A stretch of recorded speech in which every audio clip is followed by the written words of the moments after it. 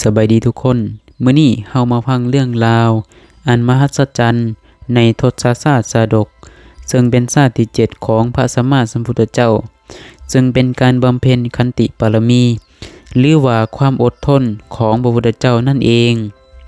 ชาตินี้มีชื่อว่าพระจันทกุมารในอดีตการมีเมืองหนึ่งชื่อว่าบุพาวดีปกครองโดยพระราชาชื่อว่าพระเจ้าเอกราชพระองค์มีโอรสผู้หนึ่งที่ทรงคุณธรรมยิ่งนักหนานั่นก็คือพระจันทกุมารนั่นเองแต่ว่าในวังนั้นมีพราหมณ์ปุโรหิตผู้หนึ่งชื่อว่ากันทหาระซึ่งเป็นคนโลภมักหับตัดสินคดีแบบบ่ยุติธรรม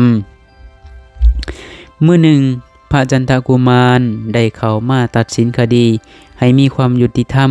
ถูกต้องตามธรรมประชาชนต่างก็สมเสยยินดีพระเจ้าเอกราชเห็นดีก็เลยแต่งตั้งให้พระจันทกุมารเฮ็ดหน้าที่ตัดสินคดีแทนนี่แหละเฮ็ดให้พราหมณ์กันทหระเกิดความเกลียดแค้นเกิดความบ่พอใจผูกพยาบาทในใจต่อมามื้อหนึ่งพระเจ้าเอกราชฝันเห็นสวรรค์ก็เลยอยากไปเกิดอยู่ในสวรรค์พราหมณ์กันทหระจึงฉวยโอกาสนี้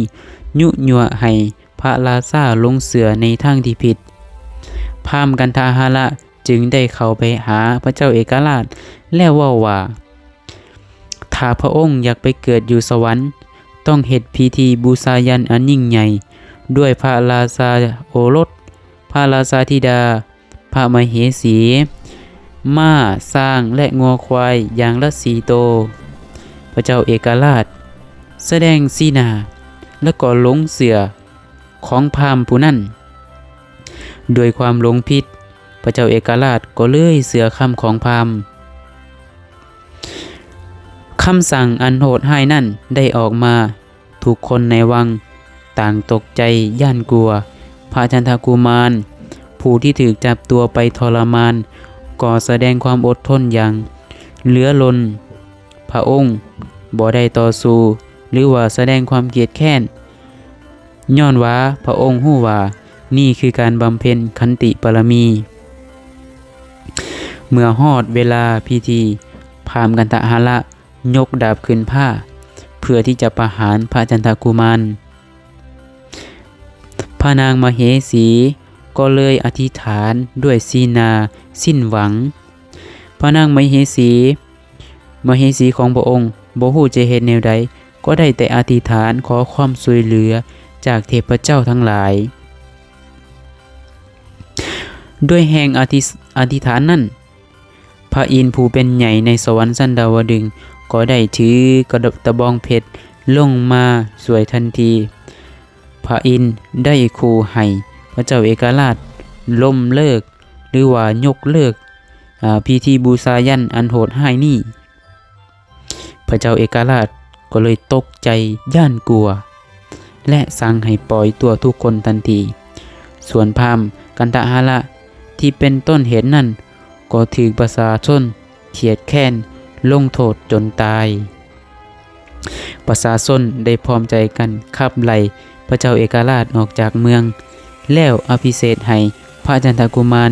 ขึ้นครองราชสมบัติสืบต่อไปพระจันทกุมารก็ได้ปกครองเมืองโดยความยุติธรรมกลับไปได้เบิ่งแยงพระบิดาหรือว่าบิดาของตนโดยบ่มีโทษนี่คือขันติบารมีหรือว่าความอดทนที่